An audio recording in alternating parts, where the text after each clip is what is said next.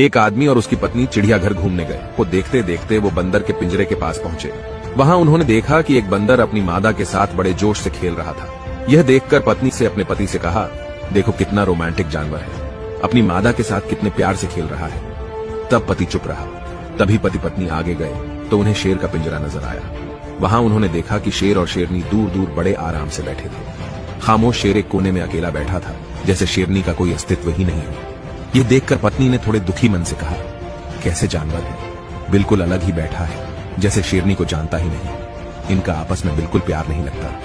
तभी पत्नी को एक पत्थर दिया और कहा, इस पत्थर को जरा शेरनी की तरफ फेंको। और जैसे ही पत्नी ने शेरनी की तरफ पत्थर फेंका, तभी शेर दहाड़ता हुआ अपनी शेरनी की रक्षा के लिए आगे आया। अब पति अपनी पत्नी को एक पत्थर और दिया और कहा, अब इसे बंदरिया की तरफ फेंको।